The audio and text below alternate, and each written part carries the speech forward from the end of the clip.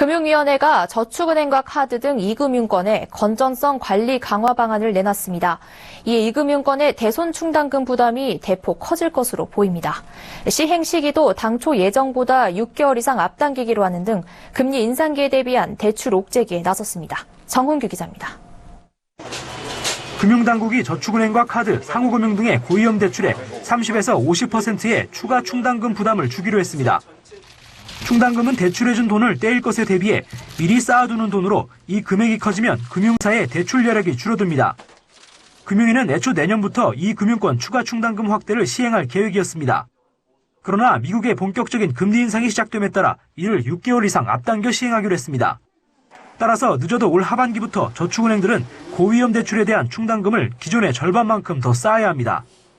이와 함께 고위험 대출의 기준도 연체 여부와 상관없이 금리가 20% 이상인 대출로 규정해 기존보다 범위가 넓어졌습니다.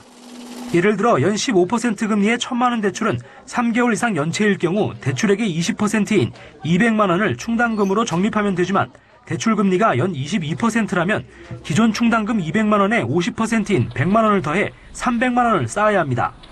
높은 금리로 돈을 빌려줄 땐 저축은행도 그만큼 부담이 커지는 겁니다.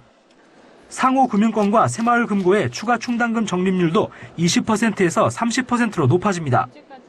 또 그동안 다중채무자 등이 1개월 이상 연체한 대출을 고위험 대출로 분류했지만 앞으로는 연체가 없어도 2억 원 이상 일시상환 대출이거나 다중채무자 대출일 경우 위험이 높은 대출로 구분합니다.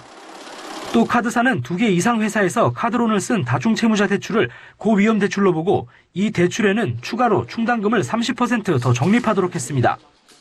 한편 2금융권 대출을 급격하게 조이면서 저신용 서민층이 불법 사금융 시장으로 내몰릴 수 있다는 우려가 나오고 있습니다. 서울경제TV 정은규입니다.